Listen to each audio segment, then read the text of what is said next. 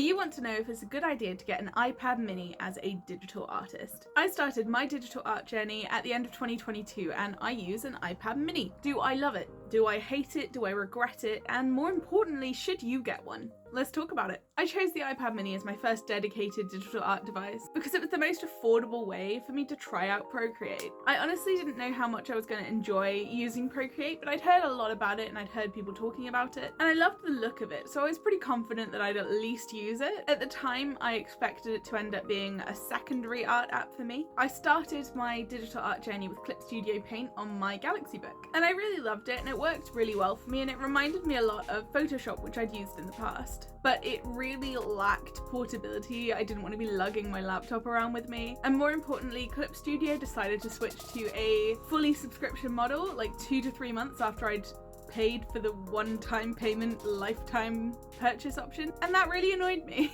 I know that you can still use Clip Studio on that license, but you don't get any of the updates, and that was bothering me. I'd bought this license under the assumption that I would have a lifetime license with lifetime updates, but then that was taken away like really soon after I'd bought it. So I kind of felt a bit betrayed by Clip Studio, and I was looking for something different to try. I really loved how simple and back to basics the Procreate interface looked, and I really loved the price. Unfortunately, the only downfall of my plan to get Procreate was the fact that I did not own an iPad, and it is iPad exclusive. I don't use any Apple products, so that was a whole new thing for me to get into, and it was gonna cost me. So I went ahead, I did a ton of research before I bought my iPad mini. I thought of going second-hand, but it looked pretty much as though a standard second-hand iPad would end up being more or the same price as a brand new iPad mini. So I ended up ordering the iPad mini with the thought that Clip Studio would probably still be my main digital art program and the iPad would serve as a sketchbook or something I could travel with. What I did not anticipate was loving Procreate so much that it immediately became my primary art app. But with that bit of context out of the way, is an iPad mini a good choice for you? So let's start with some pros and cons. It's small and super portable, so it's perfect for traveling. But because of that, it has a very small screen, which makes multitasking very difficult. And it also means that you'll be zooming in a whole lot more to get smaller details. It's much lighter than other iPads, so it's much more comfortable to hold, and therefore it kind of is perfect as a sketchbook. It has full Procreate functionality, but the RAM is smaller than on other iPads, so your layer limits are much smaller, especially for larger canvases. And it's much more affordable than other iPad models, but the memory is smaller, so you'll need to back up much more often. The biggest thing in this conversation really does come down to the screen size.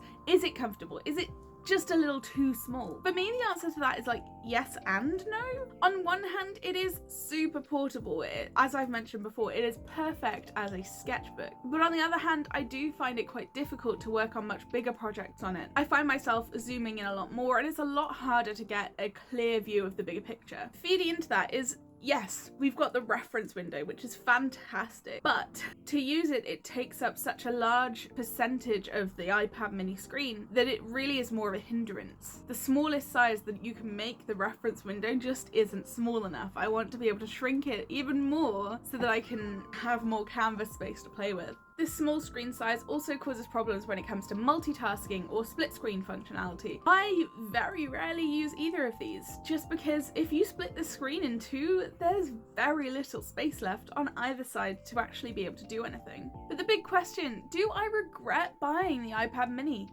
No, I genuinely don't. The iPad mini gave me a perfect opportunity to try out Procreate, and honestly to fall in love with it. It's also allowed me to develop a practice of using a digital sketchbook and the ability to plan out larger projects using my iPad. It's also absolutely perfect for traveling or trips away, and when I eventually upgrade, I'll keep the mini as a sketchbook for traveling. Not that I'd travel often, but you know. Speaking of upgrading, is that something that I'll do? Will I get a bigger iPad? Yes, I absolutely would. I actually plan on upgrading to the larger size iPad Pro, although that is a very long way off yet. as I have a PC that I need to replace and a house to save for. But if you want to help with saving for my PC build, you can do so over on my Ko-fi. I love using my iPad mini and I love Procreate as a program, but I know that having a bigger screen size and a more powerful processor will allow me to use Procreate to the best of its potential. And on to the big question, should you get an iPad mini for digital art? I think to answer that, you need to answer a few questions for yourself. Do you like to use a lot of layers and a really big